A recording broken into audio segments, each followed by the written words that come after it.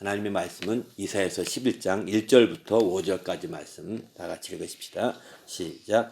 이새의 줄기에서 한 싹이 나며 그 뿌리에서 한 가지가 나서 결실할 것이요 그의 의에 여호와의 영 곧 지혜와 총명의 영이요 무략과 재능의 영이요 지식과 여호와를 경외하는 영이 강림하시리니 그가 여호와를 경외함으로 즐거움을 삼을 것이며 그의 눈에 보이는 대로 심판하지 아니하며 그의 귀에 들리는 대로 판단하지 아니하며 공의로 가난한 자를 심판하며 정직으로 세상의 겸손한 자를 판단할 것이며 그의 입의 막대기로 세상을 치며 그의 입의 기운으로 악인을 죽일 것이라.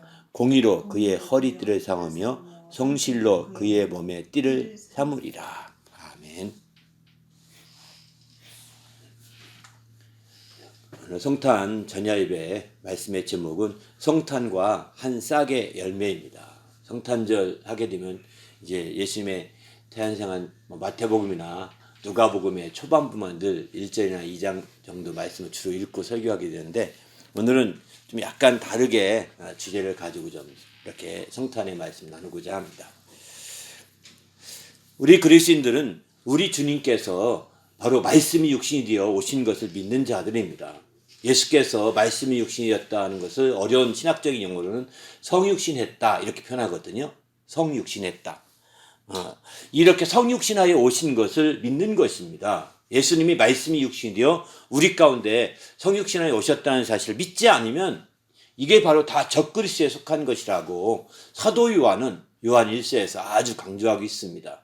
바로 우리는 정말 그들과 다르게 적그리스도와 다르게 철저히 예수께서 말씀이 육신이 되어 우리 가운데 오신 것을 믿는 거죠. 요한복음 1장 14절도 말씀이 육신이 되어 우리 가운데 거하심에 이렇게 말씀하죠. 그렇습니다. 말씀이 육신이 되어 우리 가운데 예수님이 거하셨다 이렇게 말씀하시는 겁니다. 바로 그 거하시는 이 땅에 거하시게 된 그 첫 번째 순간이 뭐냐? 성탄인 것이죠. 성탄을 통해서 그 전까지는 이 땅에 거하는 것이 이제 보이지가 않았었죠. 그렇지만 말씀이 육신이 되어 그의 모친 그의 그 모든 이제 거기서 출산하면서 드디어는 이 땅에 보이시게 된 거죠. 나타나신 것입니다. 그래서 마침내 우리는 말씀이 육신이 되어 우리 가운데 거하시게 된 거죠. 우리처럼 이렇게 함께 육신에 속한 생활을 할 수 있게 되었다라고 말합니다. 그렇습니다. 예수께서 이렇게 말씀이 육신이 되어 오셨다는 것을 철저히 인정하지 않게 되면 우리는 예수에 대해서 첫인상이 어떤 인상을 가지냐면 그저 응애하는 애기 인상만 가지고 있습니다. 성탄절 하게 되면. 그러나 예수님이 이 땅에 태어나서 처음 우리 가운데 거할 때는 아기의 모습으로 그렇게 처음 우리에게 보이긴 하셨지만 그분도 여전히 말씀이 육신이 되어 오신 분이라고 우린 믿어야 되는 거죠. 그분이 말씀이 육신이 되어 그분이 오셔서 마침내 그분이 아기로만 보지 마시고 애기 갓난애기만 보고 응애응애하는 애기로만 그 인상에 머무르지 마시고 저분은 말씀이 육신이 되어 오신 분이다 라고 하는 것을 적극적으로 우리가 인정하고 또 그렇게 볼 때에 그분의 영광을 우리가 대하시게 됩니다. 그렇지 아니하고 그 말씀이 육신이 되어 오신 그분이라는 것을 적극적으로 우리가 인정하지 않게 되면 그 말씀 성경 말씀대로 인정하지 않게 되면 우리는 그에게서 영광을 볼 수 없습니다. 그저 아기 예수에 불과한 것이고 수많이 태어난 아기의 한 모습에 불과한 것이거든요. 어찌 거기에 영광이 있겠습니까? 더구나 독생자의 영광은 볼 수 없습니다. 말씀이 육신이 되어 우리 가운데 거하신 그분이라고 하는 것을 확실하게 믿고 그렇게 할 때 독생자의 영광을 우리는 볼 수가 있는 거죠. 그분의 영광을 보면서 독생자의 영광으로 우리는 알게 되고 체험하게 되는 것이죠. 그렇지 않게 되면 그저 아기의 영광을 보면서 어떤 애긴 알다시피 아기 때 예쁜 애기가 있지 않습니까? 애기라도요. 굉장히 예뻐. 쟤는 진짜 예쁘다. 어쩌면 나서부터 방긋방긋 웃고 막 그러지? 하면서 인상이 굉장히 좋은 아주 생생하게 나올 만큼 좋은 아기도 있거든요. 그것도 하나의 영광이라고 할지 모르지만 거기에선 독생자의 영광을 발견할 수 없습니다.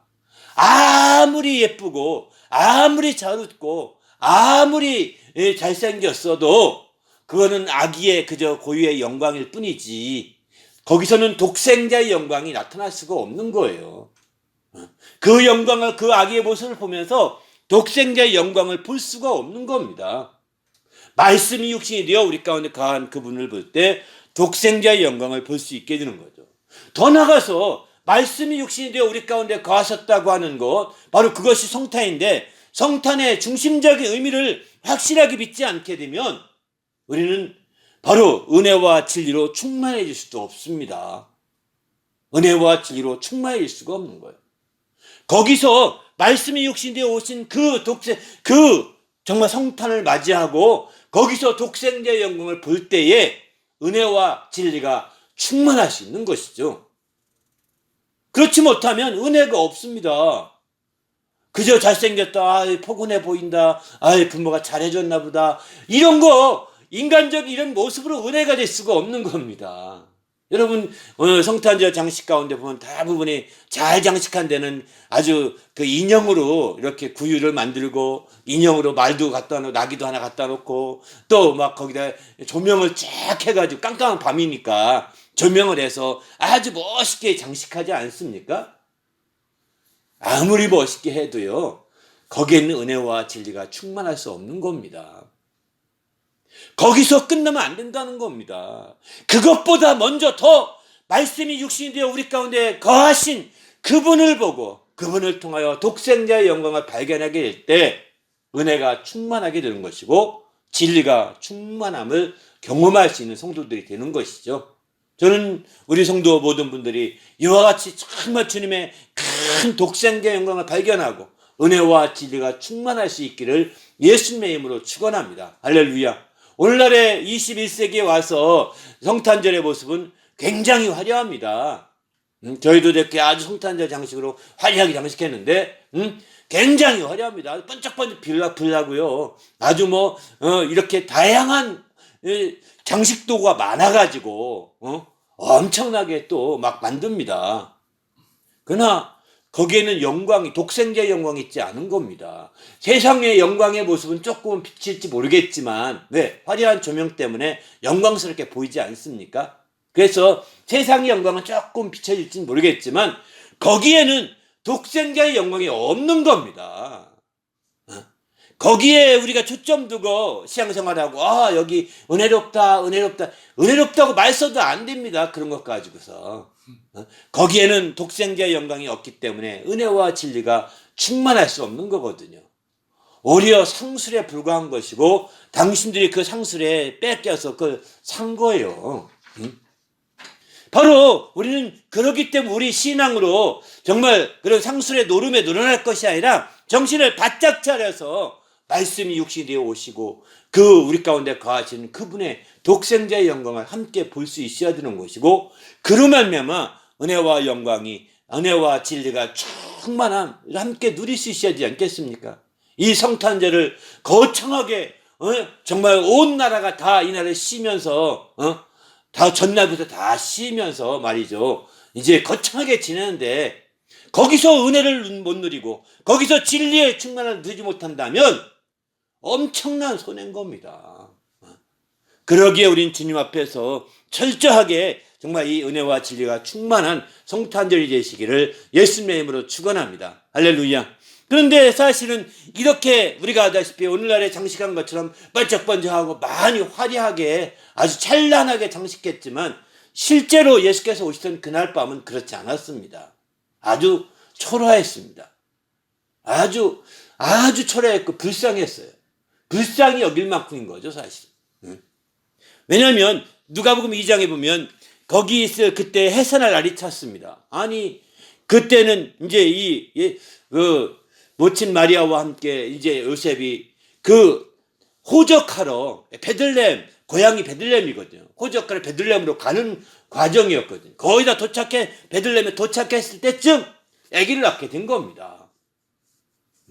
여행 중에 생각을 해보시죠. 여행 중에 출산한다는 것은요, 말할 수 없이 꼴이 말이 아닙니다. 여행 중이 아니라 집에서도 출산한다 하더라도 그 모든 것들에 말할 수 없이 막 이렇게 그 붉은 피가 낭자할 수밖에 없는 상황이지만 예? 여행 중에 그는 어찌하겠습니까? 생각을 해보십시오. 이게 화려합니까? 이게 찬란합니까? 그렇게 해서 겨우 이제 협력해서 주의사 협력해서 겨우 애를 이제 나가지고 이제 강부에 쌌습니다. 또 올 때도 변변치가 않습니다. 왜? 여행 중에 길가에서 여관에 들어가려면 여관도 들어갈 데가 없었다는 겁니다. 2장 7절 보면 첫 아들을 낳아 강부에서 구해 두었는데 여관이 있을 곳이 없었더라 이렇게 말하잖아요. 여관을 찾았는데 없었다는 겁니다. 없어서 어쩔 수 없이 이제 바람막이가 되시는 곳에 갔는데 거기에 가서 마침내 났는데 거기에 때마침 이제 그 들짐승들을 키우는 그곳에 바람막이하는 장소였던 것 같습니다. 거기서 마침내 이제 났고 그들이 먹었던 구유 안에는 좀 더 움푹 들어가겠죠. 그러니까 거기는 아기에게는 더 춥지 않게 바람이 막혀질 것 같아요. 거기에 놓았던 것 같아요. 부모님 품보다도. 그렇게 해서 마침내 이렇게 났는데 얼마나 이 모습 생각을 해보세요. 아기 예수를 낳아서 그 어머니는 지쳐서 누워있고 그 아기는 그렇게 해서 마침내 거기에 바람막이 통에 살짝 얹어놓게 있으니 생각을 해보십시오. 얼마나 초라합니까? 여기서 무슨 영광을 볼 수 있습니까? 여기서 무슨 영광이 나타납니까? 우리 눈에는 영광이 안 보입니다. 너무너무 초라하기 때문에.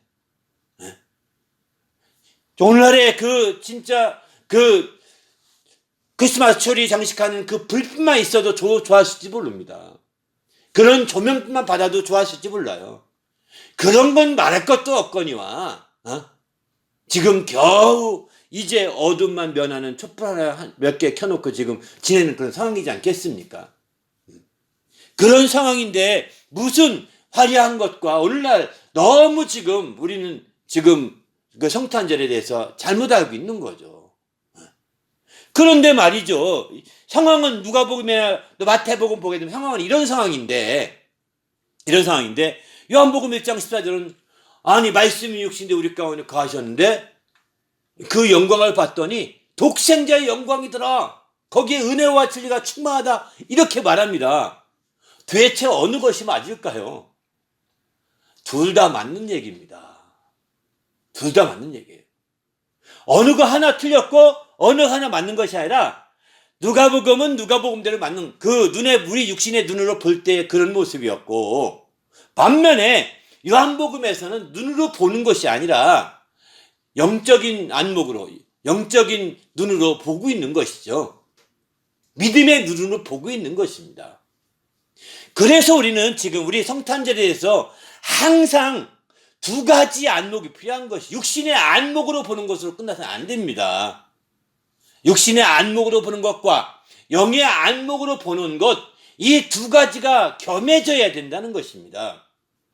육신의 안목으로 끝나버리게 되면 그 성탄절은 그저 보잘것없고 형편없고 아무도 흠모할 것이 없고 아무도 거기에 대해서 정말 생각하고 싶지 않은 아주 불쌍하고 아주 막 이런 처지일 것입니다. 그런데 이제 그 모습이 아니라 영적인 측면에서 바라본다면 거기에는 독생자의 영광이 있었던 것입니다. 그리고 영적인 측면에서 그 영광을 바라볼 수 있다면 말씀이 육신이 되어 오신 것이고 그로 인해서 은혜와 진리가 충만해질 수 있는 기회가 되는 것이죠. 오늘날 21세기에 와서 우리가 성탄절을 이렇게 보내면서 우리는 육신적인 측면에서만 많이 보내는 경향이 있다는 것입니다. 영적인 측면에서 성탄절을 보려고 하지 않고 그런 것들은 종교적이야 라고 하면서 종교로 돌려보냅니다. 종교적이지 않습니다. 그걸 보지 못하면 멸망하는 것입니다. 그걸 보지 못하면 은혜를 저버리게 되고 진리를 저버리게 되고 그 결과는 멸망이에요. 성탄절에 아무리 많은 선물을 쌓아놓고 박싱데이에 선물을 다 나눠줄 만큼 선물을 막 가득가득 쌓고 다 틀어도 못 틀어서 할 수 없이 박싱데이에 다 밖에 내놓는다고 그러거든요. 성탄절 다음 날에. 그래서 박싱데이의 유래가 됐다고 얘기합니다. 그런데 그렇게 아무리 해도 아닙니다. 멸망합니다. 바로 영적인 측면에서 성탄절을 꼭 지켜보시길 바랍니다. 할렐루야. 그런데 오늘 그 누가복음 2장에 보게 되면 이런 말씀합니다. 바로 이렇게 누워 있는데 천사들이 그 목자들에게 찾아가서 말한 마지막 한마디 이런 말을 합니다. 너희가 가서 강보에 쌓여 2장 12절입니다. 강보에 쌓여 구유에 누워 있는 아기를 보게 될 것인데 이것이 너희에게 표적이니라 이렇게 말합니다. 천사들이 가서 영적인 것만 얘기해 주었다면 아마 이 목자들은 그 아기 예수를 만나지도 못했을 것입니다.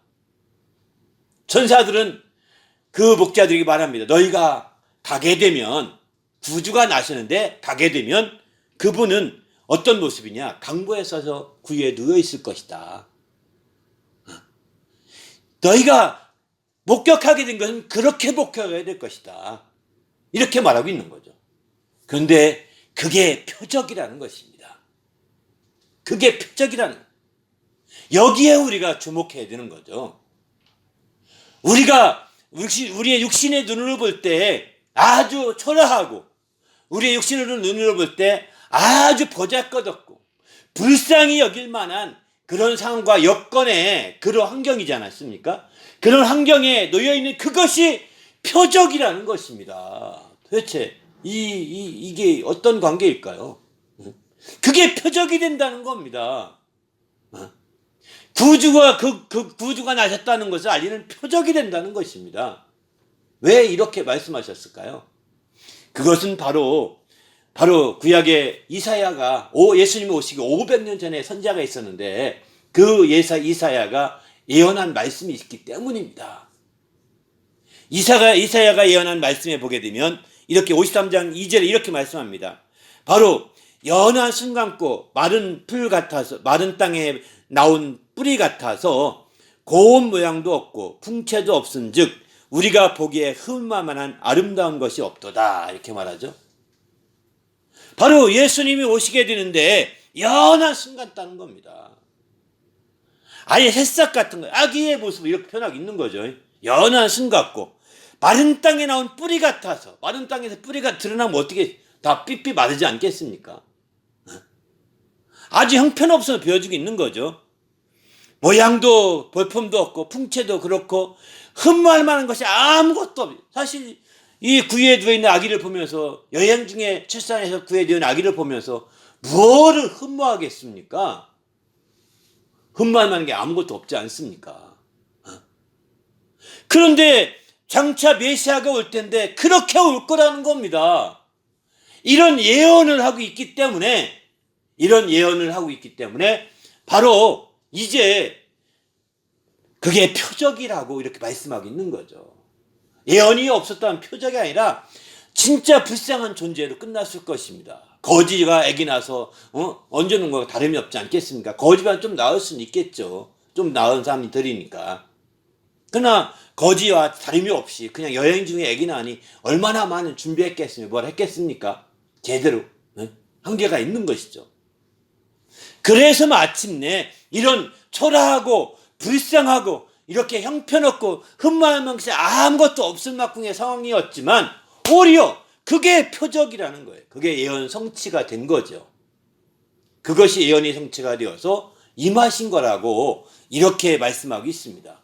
만약에 이사야의 이런 구약의 예언들을 통해서 정말 이렇게 예언이 안 됐다고 한다면 우리는 어쩌면 정말 예수에 대해서 화려한 예수만 꿈꿨을지 모릅니다. 찬란한 모습의 예수, 오늘날처럼 성탄절에 이렇게 반짝반짝 빛나는 그런 예수, 그리고 이제 성탄절에 어린아이가 왔지만 그 뒤에 성광이 이렇게 아기의 얼굴에 그 등 뒤에 얼굴 뒤로 성광이 이렇게 보이잖아요. 그렇게 만든 모습. 그러나 그 성광이 사실 육신의 눈에는 보이지가 않거든요. 그분이 메시아였고 영광이 있다고 하니까 그렇게 보이는 것처럼 우리가 장식을 할 뿐인 거죠. 그러나 이렇게 초라하고 그런 것이 아무것도 없는 사람처럼 아주 초라한 사람처럼 거지 같은 모습에 그런 초라한 모습에 그의 출산된 모습이지만 그것이 표적이라는 것입니다. 그게 우리의 판단하면서 비아냥거리가 아니라, 예수님이 왜 이렇게 태어났어, 비아냥거리고 조롱하고 할 그런 거리가 아니라는 거예요. 왜 하나님의 아들이라면서 멋지게 좀 태어나지, 왕궁에서 막 빵빠레 울리면서 막 멋지게 태어나면 얼마나 좋겠어. 나자마자 또 일어나서 할렐루야 하면 얼마나 기쁘겠습니까? 뱃속에 나오자마자 아이가 할렐루야 한번 외쳐보시면 대단하지 않겠습니까? 야, 진짜 메시아가 왔다고 다 그럴 것입니다. 또 탯줄도 안 끊은 채로 그냥 할렐루야 한번 해보세요. 왜 못하시겠어요? 전능하신 분이? 그러나 그렇게 하지 않으신 거죠. 사람들이 볼 때는 초라하게, 아주 볼품없게, 아주 연한 순같이, 그저 아주 초라한 모습으로 그가 온 그 자체가 말씀에, 예언된 말씀을 성취한 표적이 된 거예요. 그런 의미에서 우리는 그런 모습을 대보면서, 왜 우리라도 마음속에 왜 천능하신 하나님 아들 오시는데 좀 더 화려해도 되지 않을까? 좀 더 멋있게 오면 어떨까? 이렇게 생각한다면 여러분이 너무 인간적으로 보는 것입니다. 그렇게 보지 마시고, 이제 그게 표적이구나, 그렇게 왔다는 것, 그분이 거지가 아니신데 만왕의 왕의 아들로 오셨는데 거지가 아니라 이런 모습이 이게 표적이구나. 왜? 그렇게 연한 순 같고 마른 땅에 뿌리 같고 또 이렇게 볼품도 없고 또 흠말 만한 것이 전혀 없을 막 불쌍히 여길 만큼 그런 모습이라는 거예요. 바로 예수께서 태어난 모습이 바로 그런 모습 아닙니까? 이제 그런 걸 보면서 투덜대는 성도가 없기를 부탁드립니다. 할렐루야. 오히려 그렇게 한 것이 표적이라는 거예요. 이런 표적을 보시면서 정말 이제 그분이 이렇게 말씀을 구약의 선지자가 예언한 말씀을 응해서 그 말씀이 이루어져서 이렇게 오신 것을 볼 때에 그분은 분명히 말씀이 육신되어 오신 분이시구나. 그 말씀을 말씀이 이루어져서 오신 것이 육신이 되어 오신 거거든요. 말씀이 육신이 있다고 하니까 말씀이 똘똘똘 뭉쳐가지고 팔 되고 머리가 되고 이렇게 된 것이 아니라, 그렇게 생각할 수도 있긴 하겠지만 말씀이 실천되어 오셨다는 겁니다. 말씀이 실천되어 육신이 되어 오신 거거든요. 하나님 말씀이 그대로 이루어져서 육신이 되어 오신 거거든요. 그러면 예수님의 머리털도 다 말씀이 육신이 된 건데 머리털 하나 빠지면 큰일 나겠지 않습니까? 그 말씀을 버리는 걸까요? 그렇게 생각하면 큰일 납니다. 그분도 머리를 깎으셨을 것이고 안 깎은 것 같기도 하던데, 그러나 어떤 형태는 깎으신 것 같아요. 왜냐하면 평생 길렀으면 30년 내내 계속 그 정도 짧지가 않거든요. 영화에 나오는 그 모습이라고 한다면. 그렇지 않습니까? 더 길겠죠. 저 발바닥까지 갈지도 모릅니다. 그러나 그 머리 잘라서 버렸습니다. 그분도 샤워하면서 피부에 나온 피부 딱지 버리지 않았겠습니까? 이 말씀을 툭툭 버리시네. 이렇게 생각하면 큰 오산입니다. 말씀이 육신이었다고 하니까 그런 식으로만 생각하면 오해라는 거예요. 말씀이 바로 이루어져서 오셨다는 거죠. 말씀이 성취되어 오신 것이죠. 구약의 모든 말씀, 그러면 예언된 말씀 한 가지가 아니라 모든 구약의 말씀이 다 성취되어 오신 겁니다. 그래서 우리는 그 말씀이 성취되어 오신 예수를 믿는 것이죠. 그분을 보니 독생자의 영광이라고 이렇게 말하게 되는 거예요. 할렐루야. 그것을 알 때 은혜와 진리가 충만해질 수 있다고 바로 사도 요한은 우리에게 가르쳐주고 있는 거죠. 근데 스가랴는 이렇게 또 표현합니다. 스가랴는 스가랴 6장 12절 보게 되면은 바로 만군의 여호와께서 이같이 말씀하실 때 보라 싹이라 이름하는 사람, 이렇게 표현합니다. 싹이라 이름하는 사람이 자기 곳에서 돋아나서 여호와의 전을 건축하리라, 이렇게 말합니다. 이 말씀도 이루어진 것이죠. 싹이라 이름하는 표현이 참 사람이라는 거예요. 싹이라 이름하는 사람. 근데 여기 싹이라고 할 때 킹제임스 성경을 보게 되면 더 브랜치라는 단어를 대문자로만 썼습니다. 더 브랜치. 브랜치라는 단어가 흔히들 우리 가지라고 이해했는데 맨 처음 일어나는 싹도 가지라고 이렇게 볼 수가 있는 거죠. 그렇게 해서 오늘 성경에, 우리말 성경에서는 싹이라고 했는데 가지라고 해석하지 않고 싹이라고 이렇게 표현했는데, 바로 연약한 순, 싹은 연약한 순 중에 더 연약한 거죠. 더 연약한 겁니다. 드디어 가지에 참 움트기 시작할 때 싹이라고 하지 않습니까? 그게 좀 더 커야 가지라고 할 수 있겠죠. 그는 어쨌든 이렇게 싹이 되어 하셨다는 거예요. 돋아났다는 겁니다. 그 전까지는 없어서 안 보이지가 않았는데 싹이 되어 돋아나서 자기 곳에서 돋아났다는 거예요. 여긴 자기 곳이라고 했는데 태어날 곳을 가리켜 말하는 거죠. 거기 돋아났다는 거예요. 그래서 여호와의 성전을 건축하리라 이렇게 말합니다. 나중에 예수께서 요한복음 2장에 보게 되면 이 성전을 내가 사흘 만에 세우리라 이렇게 말씀하지 않습니까? 이것은 바로 육신의 자기 성전된 자기 육체를 가리켜 말씀하신 것이라고 이렇게 말씀하시죠. 바로 성전을 그가 세운다는 것입니다. 건축한다는 것입니다. 이렇게 마침내 그분이 스가랴가 예언한 말씀도 이룬 거예요. 이사야가 예언한 말씀도 이루고 스가랴가 예언한 말씀도 이루어진 거죠. 오늘 제목을 이제 성탄과 한 싹의 열매라고 이렇게 쓰게 된 것은 이런 스가랴의 이 6장 12절 말씀처럼 싹이라 이름한다는 것, 주님이 이렇게 처음 오신 모습을 싹이라 이름한다는 것입니다. 한 싹으로 그분이 오신 거죠. 그리고 마침내 오늘 본문에도 보게 되면 이제 이사야서 11장 1절에 이렇게 이새의 뿌리 줄기에서 한 싹이 나서 이렇게 표현하지 않습니까? 이새의 줄기에서 한 싹이 난다 이렇게 표현합니다. 여기 이새의 줄기는 이새는 누구냐면 다윗의 아버지예요. 다윗의 아버지입니다. 바로 다윗의 아버지고 이제 유다 지파의 다윗의 아버지 이새죠. 그런데 그 이새의 줄기, 여긴 줄기라고 했지만 10절에 가면 이사야 11장 10절에 가면 그날에 이새의 뿌리에서 한 싹이 나서 만민의 기치로 설 것이요 이렇게 표현합니다. 바로 이새의 뿌리에서 난다 이렇게 표현하고 있습니다. 이새의 줄기에서 난다고 1절은 말하고 10절에 가서는 같은 이사야서 11장이 나오는데 10절에 가서는 이새의 뿌리에서 난다는 거예요. 이게 이새로부터 나온 한 싹이라는 겁니다. 그 싹이 여기서는 다윗을 가리켜 말한다고 이렇게 표현할 수도 있겠지만 다윗의 후손으로 오실 예수 그리스도를 예언한 것이다 라고 이렇게 해석을 합니다.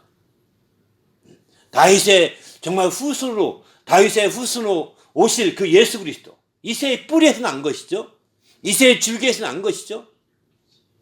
그래서 마침내 이제 정말 이렇게 놀라운 역사에 그 위에 여호와의 영, 곧 지혜와 총명의 영, 또 모략과 재능의 영, 또 지식과 여호와를 경외의 영이 강림하리니, 바로 예수님께 그런 강림하셨잖아요. 성령이 강림하시지 않습니까? 바로 예수님의 탄생을 나타내고 있는 대표적인 말씀 중에, 예언된 말씀 중에 하나라고 볼 수 있는 거죠. 이사야는 알다시피 53장에 보잘것없는 모습만으로 얘기하지 않냐고 그 앞에 11장에서는 이렇게 하나의 싹으로서 바로 예수님이 오실 것을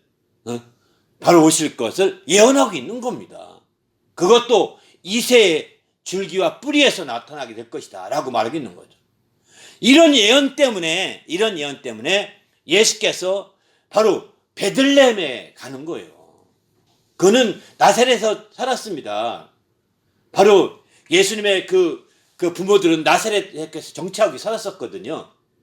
그런데 이제 호적하라는 명령이 갑자기 떨어져가지고, 근데 이 호적은 알다시피 고향에 가서 해야 되거든요.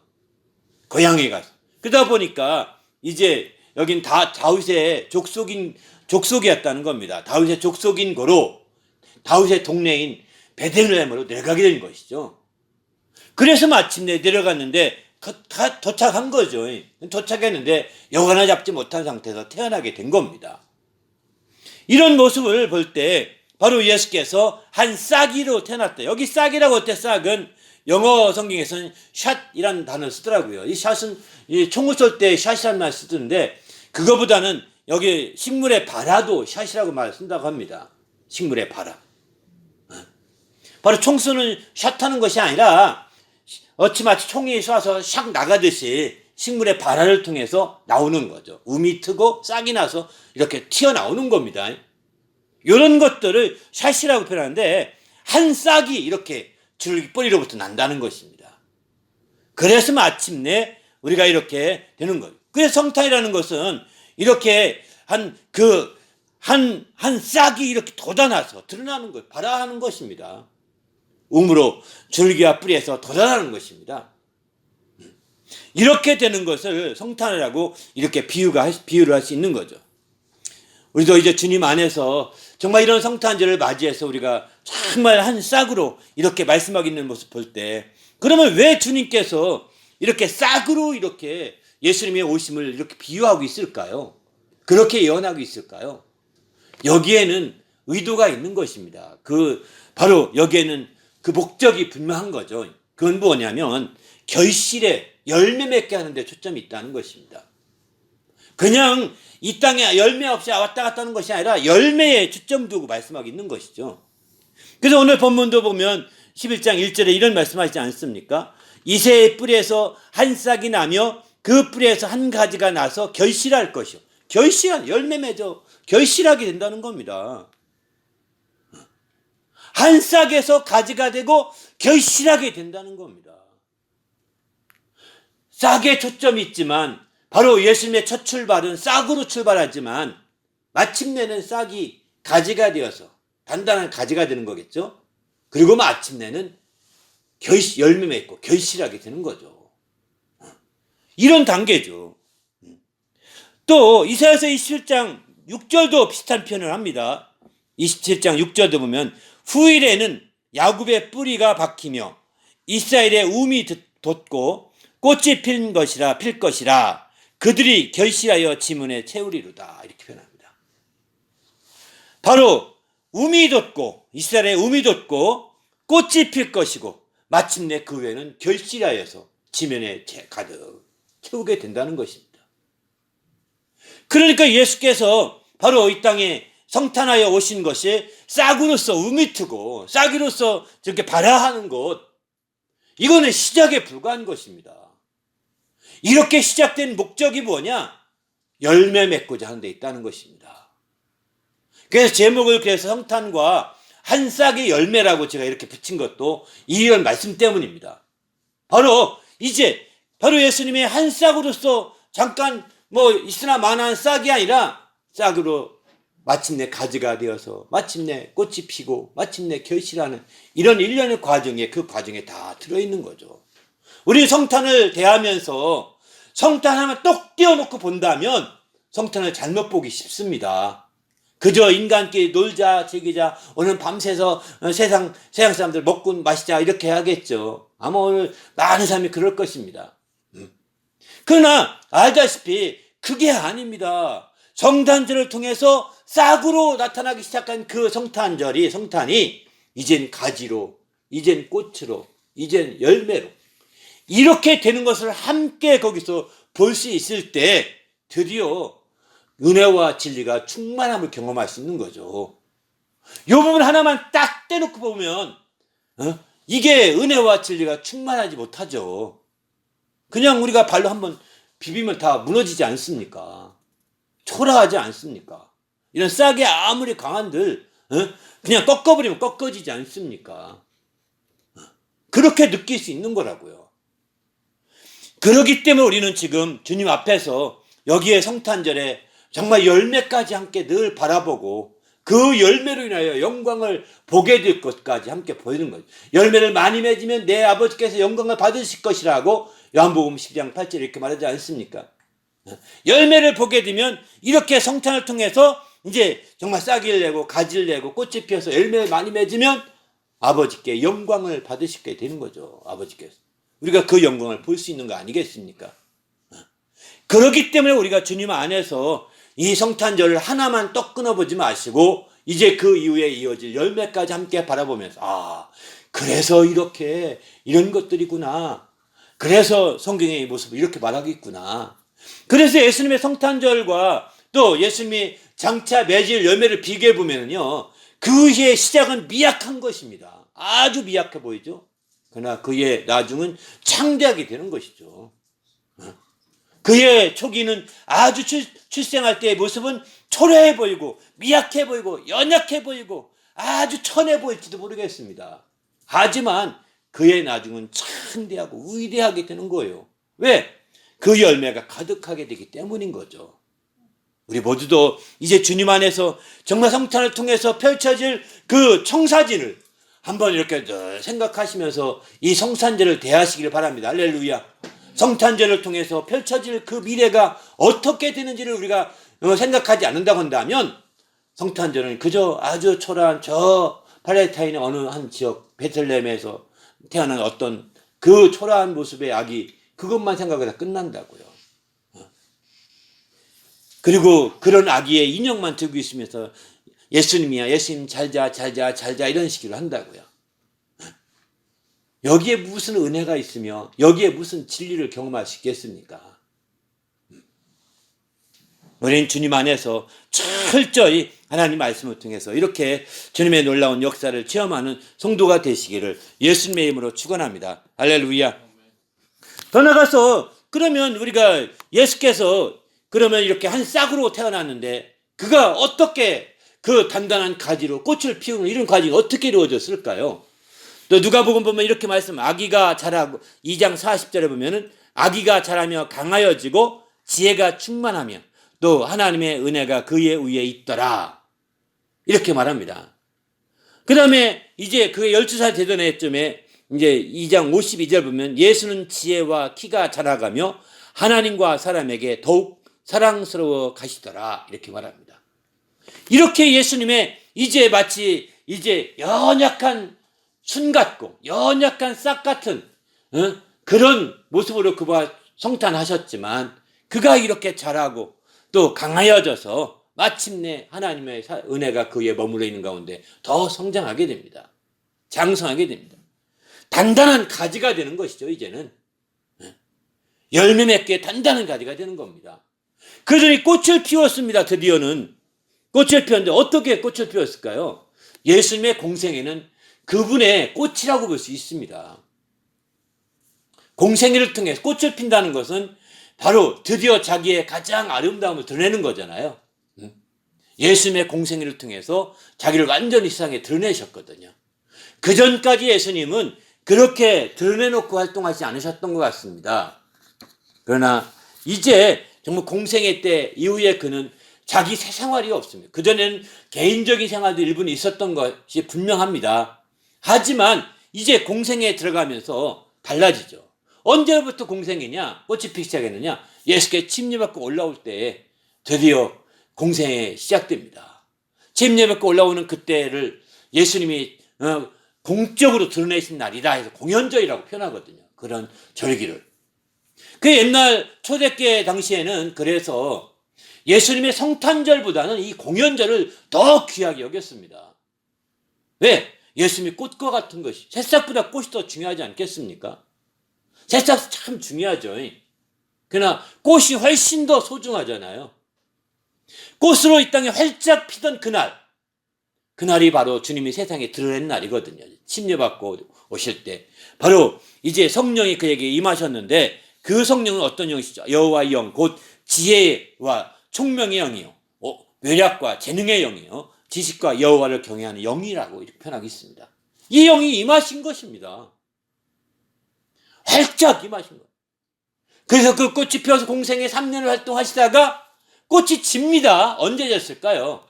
예수님이 죽으심으로 꽃이 지게 되는 거죠. 꽃이 졌다가 드디어 완전히 이제 그 뒤에 열매로서 완전히 꽃이 져야 열매가 되는 거거든요. 꽃 상태가 열매가 아닙니다. 꽃 상태가 열매는 없습니다. 꽃이 져야만이 열매가 되는 것이죠. 예수께서 십자가에 달리심으로 말미암아 꽃이 진 것으로 비유할 수가 있는 것이죠. 그렇게 해서 마침내 열매를 맺게 시작되는데 그 열매는 무슨 열매냐? 여기서 이제 한 가지만 더 언급한다면 이렇게 꽃이 필 때 예수님이 마침내 하늘에서 음성이 들리죠. 하늘에 소리가 있어가 말씀하실 때 이는 내 사랑하는 아들이요 내 기뻐하는 자다 이렇게 얘기하십니다. 이는 내 사랑하는 아들이요 내 기뻐하는 자라는 겁니다. 이사야 4장 2절에 보면은 그날에 여호와의 싹이 아름답고 영화로울 것이요. 또 이렇게 표현하는데 바로 싹으로 오신 그분이 아름답고 영화롭게 될 거라는 겁니다. 꽃이 피니까 더 아름답고 더 영화롭게 되는 것이죠. 그때에 그것을 얼마나 아버지 하늘에 계신 아버지께서 아버지인 것을 알 수 있는 내 사랑하는 아들이라고 이렇게 표현한 거 볼 때 아버지라고 하는 걸 알 수 있는 거죠. 하나님 아버지께서 얼마나 기뻐하시는지를 우리는 느낄 수 있지 않습니까?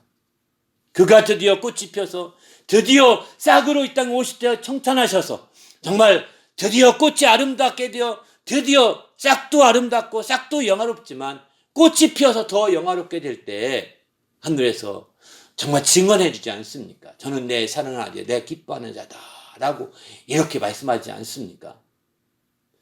더 나가서 그분이 이제 나중에 변화의 산에 올라갔을 때 거기서도 똑같은 말씀을 증거하십니다. 저는 내 사랑하는 내 기뻐하는 자다. 이때 이 말씀하실 때는 주님이 마지막 공생애를 거의 마감할 즈음에 가까워졌을 때입니다. 공생애가 가까워졌을 그 즈음에 다시 변화의 산에 올라갔을 때 예수님이 모세와 엘리야와 함께 딱 섰습니다. 근데 너무 기뻐서 이때는 흥분했던 사람 누구냐면 베드로였어요. 너무 흥분해서 내가 여기가 좋사오니 여기에 초막 셋을 짓겠습니다. 막 이렇게 하니까 하늘에서 음성이 들립니다. 저는 내 사랑하는 내 기뻐하는 자다. 이렇게 얘기합니다. 똑같은 이 말씀을 베드로는 침례받아 들은 적이 없었죠. 베드로서는 처음 들은 얘기죠. 그러면서 아마 하는 말씀이 너희는 저의 말을 들으라 이렇게 말합니다. 그래서 베드로는 이 충격적인 사건을 경험한 다음에 그는 베드로 후서에 잊을 수 없어서 베드로 후서에서 그 기사를 쓰고 있는 거예요. 그런 기사를 거기에 쓰고 있는 거 베드로 후서 1장 17절 이하에 그런 기사를 쓰고 있는 걸 보게 됩니다. 이것은 내가 공교하게 지어낸 말이 아니다. 내가 직접 본 것이다 라고 이렇게 말하면서 증언하고 있습니다.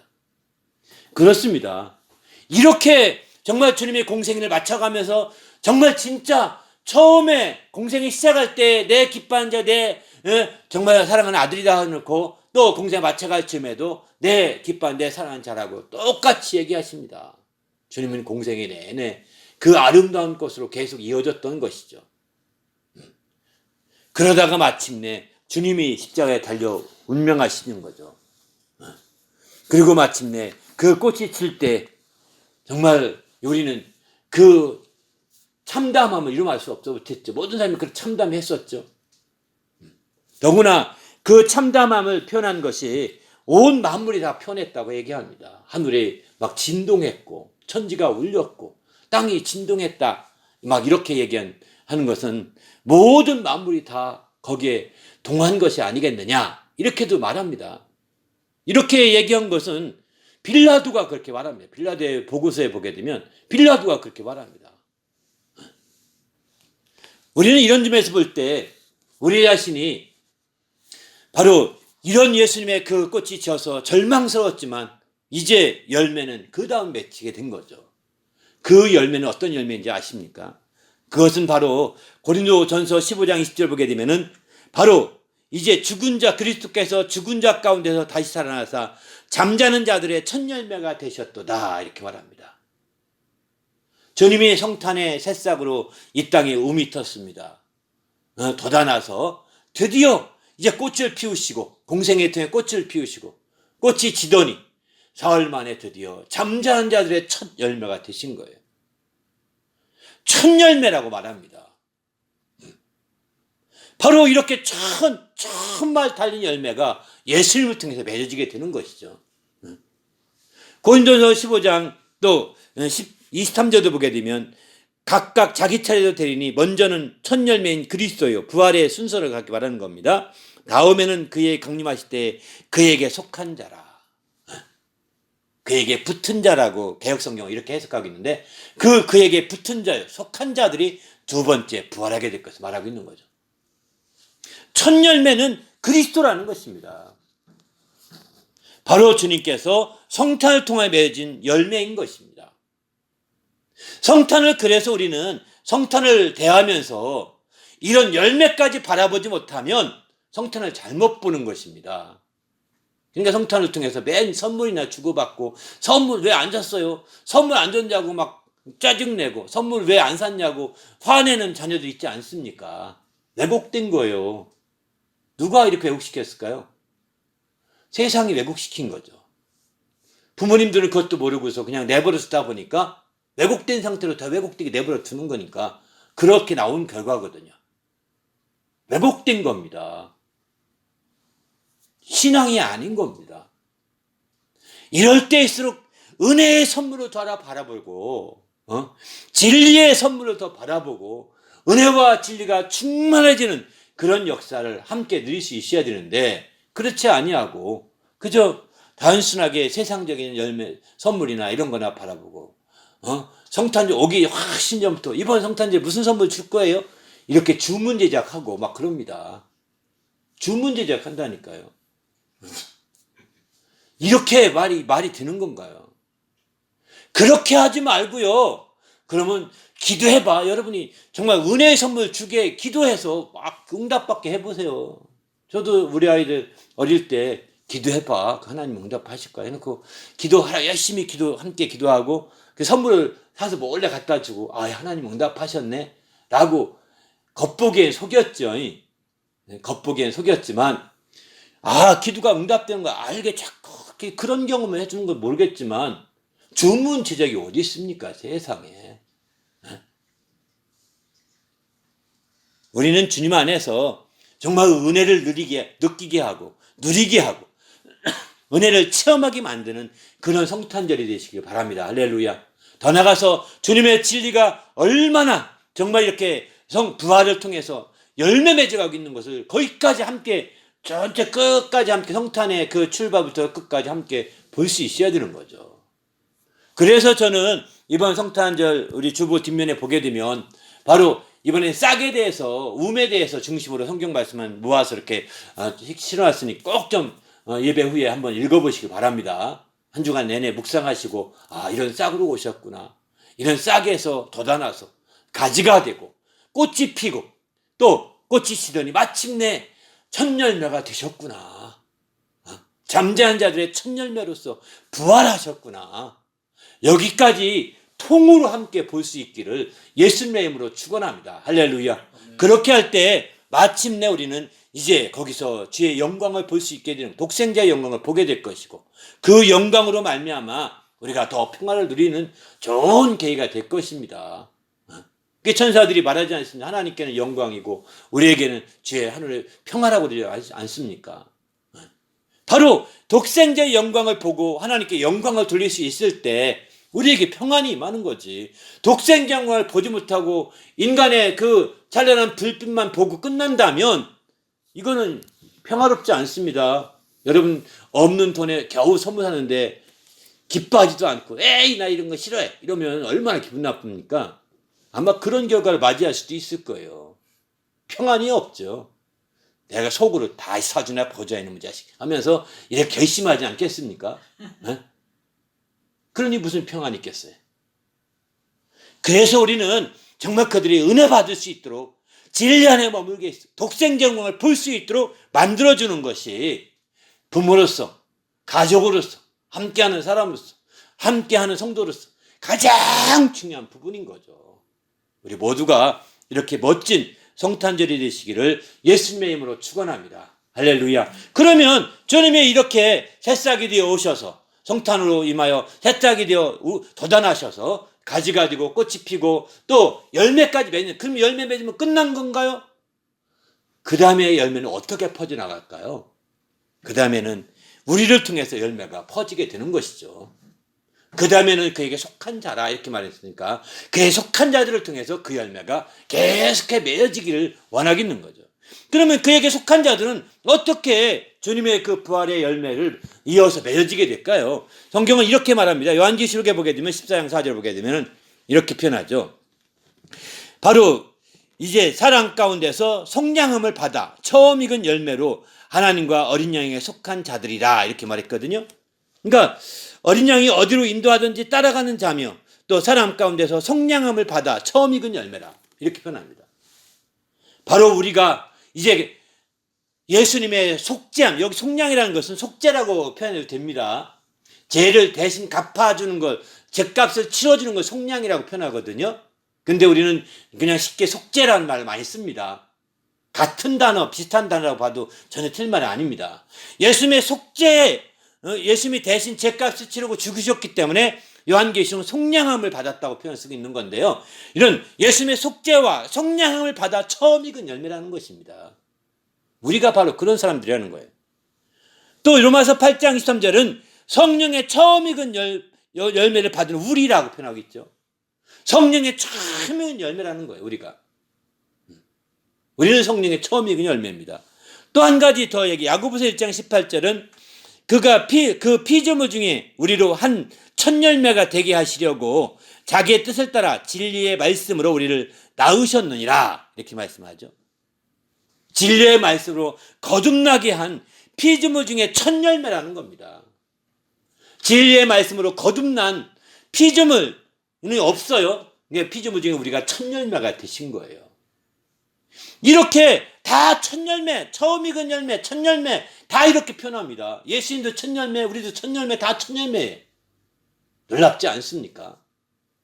아니, 우리는 예수님이 첫 열매라는 걸 이해할 것 같아요. 근데 2000년 동안에 복음이 어떻게 릴레이 돼서 지금까지 와서 우리가 변화되어 지금 예수 믿게 된 그에게 속한 자가 되지 않았습니까? 그런데 왜 우리를 향해서 처음 익은 열매요, 첫 열매라 이렇게 표현할까요? 이 얘기는 바꿔 말하면 예수님께 직접 붙어있는 열매라는 것입니다. 지금 2000년이 지나도 우리는 예수께 직접 붙어있는 열매라는 것입니다. 앞으로 2000년 뒤라고 하더라도 마찬가지입니다. 예수님께 직접 붙어있는 열매이기 때문에 똑같은 처음 익은 열매와 첫 열매라고 표현 쓰는 것은 합당한 것입니다. 다시 말해서 DNA가 다르지 않다는 것입니다. 같은 DNA라는 것입니다. 모든 열매가 똑같은 DNA를 가진 첫 열매라는 것입니다. 참 놀랍죠? 놀랍습니다.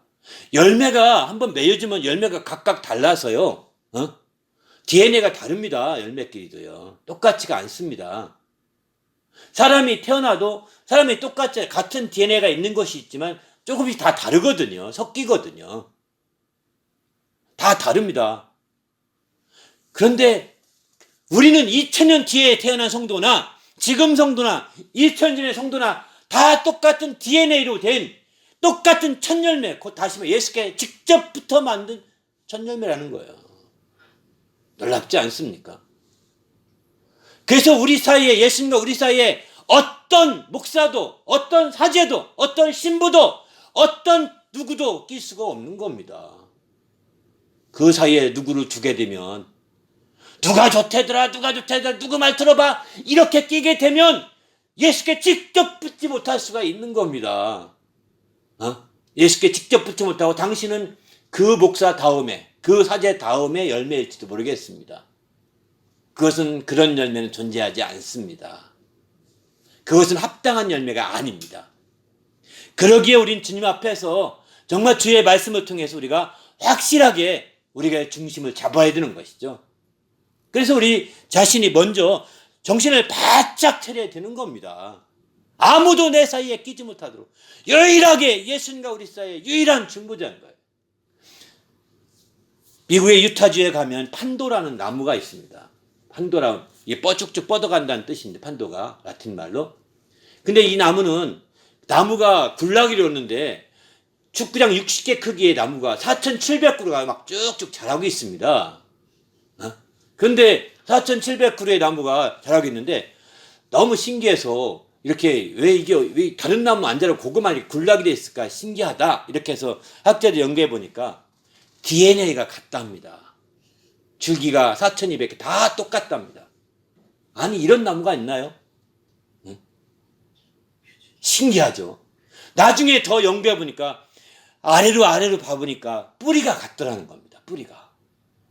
한 뿌리에서 모든 게 다 나온 거예요. 겉으로만 지금 이렇게 된 거예요. 뿌리로 번식한 거죠. 그러니까 이렇게 해서요. 한 뿌리에서 나오니까 같은 DNA 수밖에 없지 않겠습니까? 바로 우리가 예수 그리스도 한 뿌리에서 시작되어서 다 첫 열매이기 때문에 영적인 DNA가 같은 거예요. 그런 상태가 되었다는 것을 아시고 우리 모두가 정말 스가랴 예언이나 또 이사야의 예언대로 이렇게 예수께서 하나의 싹이 되어 이 땅에 오셔서 정말 이 땅에 돋아나서 가지로 단단한 가지로 성장하고 거기서 공생애를 통하여 꽃을 피우고 침례받음으로 꽃을 피우기 시작해서 공생애 생활을 하시다 꽃으로 활짝 펴 있다가 그가 죽으심으로 꽃을 칩니다. 그리고 사흘 만에 잠자는 자의 첫 열매가 되어 이 땅에 드러나시고 이제 그 열매가 드디어 퍼져서 거기로부터 시작되어서 이제 이렇게 많은 열매들이 처음 익은 열매들이 나온 거예요. 그런 열매가 가득한다. 천지에 가득하게 될 것이라고 이사야서 27장에 이렇게 말씀하고 있지 않습니까? 27장 보면 결실로 치면은 채우리라 이렇게 말하잖아요. 야곱의 뿌리가 박히며 이스라엘의 몸에 움이 돋고 꽃이 필 것이라. 그들이 그 결실로 지면을 채우리로다. 이런 놀라운 역사가 이사야서 27장의 말씀이 그대로 이루어지고 있는 겁니다. 만약에 우리가 성도마다 DNA가 다르다면 육신의 DNA는 다를 것입니다. 영적인 이 육신의 DNA를 왜곡시켜서 어떤 이단들은 그래서 피가름해야 된다 이렇게 말하는 거거든요. 아주 웃기는 얘기죠. 육신의 DNA는 달라요. 그 피가 필요 없는 거예요. 이게 바로 이제 예수님 사이에 예수님이 안 붙어 있으니까 그런 자들에게 농락당해서 이렇게 빠져가는 거예요. 미혹당하는 겁니다. 예수님과 나 사이에 어떤 누구도 끼지 못하게 해야 합니다. 누구도 책임져 주지 못합니다. 기가 막히게 그들은 사기치고 빠져나갈 것입니다. 그런 자들에게 작자들에게 농락당하지 않으려면 예수님께 철저히 붙어야 되고 예수님께 소속돼서 예수님의 처음 익은 열매가 되어야 되는 거죠. 성령을 받은 처음 익은 열매요. 성령으로 받은 처음 익은 열매요. 또 거듭난 피조물 중에 첫 열매가 되어야 되는 겁니다. 그래서 그렇게 될 때 이 성탄의 참된 역사가 완전해지는 것이죠. 우리도 이 성탄에 정말 한 싹을 통하여 맺어진 열매가 이렇게 성령의 처음 익은 열매요. 또 이제 속량을 받아 처음 익은 열매요. 거듭나서 맺은 피조물 중에 첫 열매가 되셔서 이런 놀라운 성탄의 역사가 이어지시기를 예수님의 이름으로 축원합니다. 할렐루야. 오늘 말씀 생각하며 기도할 때 내가 마지막 때 정말 예수님과 나 사이에 아무도 끼지 못하도록 누구도 정말 예수님의 말씀을 초월하지 못하고 끼지 못하도록 그 사상과 생각이 끼지 못하도록 오직 예수께 붙어있는 자가 되게 하사 이런 처음 익은 열매가 되게 해달라고 내가 예수님이 잠자는 첫 열매고 내가 그 담이 될 수 있도록 인도해 달라고 간절히 합심해서 기도하도록 하겠습니다.